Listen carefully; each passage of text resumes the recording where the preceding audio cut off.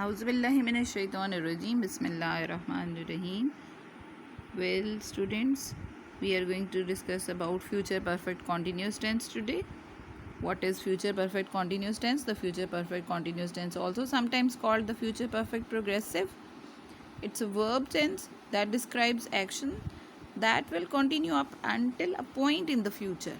The future perfect continuous consists of will plus have been plus verbs present participle, that is first form with ing, or verb root with ing, that is present participle.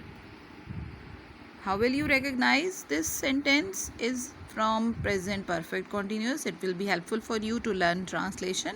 At the end of Urdu sentences there comes से हो रहा होगा, से कर रहा होगा, से हो रही होगी, से करते रहे होंगे, means time is given that from this time something is going on.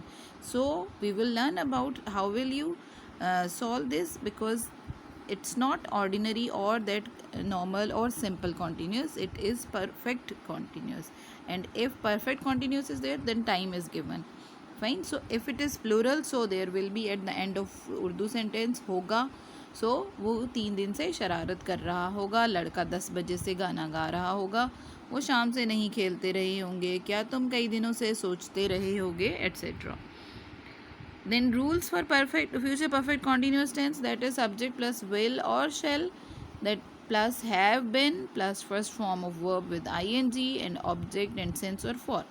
Examples are in front of you. I will have been doing my work since noon. I will have been doing my work since noon. Now from noon or from that time which was started at noon, the work has been continued. So if the task is continued from some specified time, then we use since with it, and it is future perfect continuous tense. If negative sentence is there, then not will be added after will, not after have. It's a common mistake. The students mostly use this mistake, that they put not after have. Have is always with after will. Fine. You will not have been sending me a letter for 2 months. Now 2 months time period is given, so we have used for, not since. Will Salma have been stitching a new dress since Thursday? Now Thursday is the starting point, starting day. We know from Thursday it started. We did not know at which time it was stopped. So if the time period is given, then for, then if starting time is mentioned, then since. Who will have been knocking at the door? If any question word is there in interrogative sentences, then will be after that question word. See the example, that is who. After who we have written will have been knocking at the door.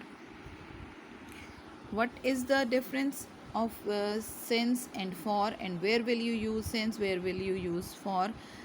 Use of since is if the starting time is given, then since is used. For example, she will have been washing clothes since morning. Now we know it started at morning. Since morning it is started, so since is used. We shall not have been sleeping since noon. So noon is the starting point.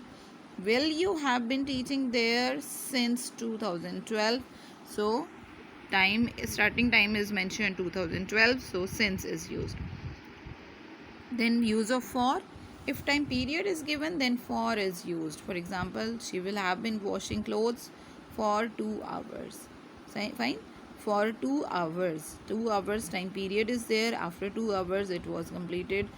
We shall not have been sleeping for 30 minutes. 30 minutes time period is mentioned, so for is used. Will you have been teaching there for 6 years? It means 6 years time period we are given, so we have used for. So in this way you will be able to solve your verb exercises. You will recognize where you will fill for or since, and you will be able to learn your translation.